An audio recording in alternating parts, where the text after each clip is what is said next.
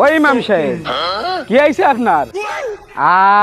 আর আল্লাহ, ইমাম সাহেবের তো বাঙ্গি ফাটায় ফেলাইছে। দেখছো কাণ্ড বান্ড। কি আইছে আপনার? কানে টানে শুনতেছেন না? জোহরেও ভালো ভাই নামাজ পড়া আসলেন, আর এমনি দেখতেছি এনি শুয়া। ব্যাপারটা কি বুঝলাম না তো। খাদেম সাহেব,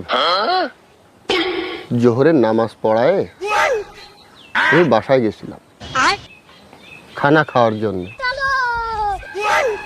বিবি আমাকে খানা খেতে দিল। খানা খাওয়ার মাঝপথে আমি বিবিকে বলছি, বিবি,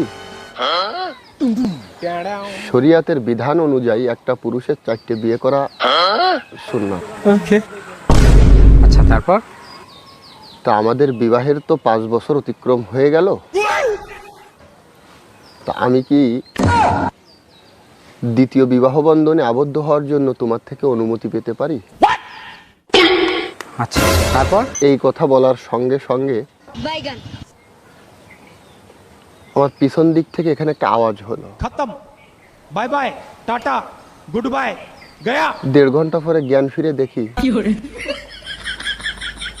2 কানে তালা লাগিয়ে গেছে। 2 কানে কিচ্ছু শুনি না। আর মাথায় ব্যান্ডেজ। ডাক্তার আমার পাশে বসে আছে। আমি এটুকু জানি।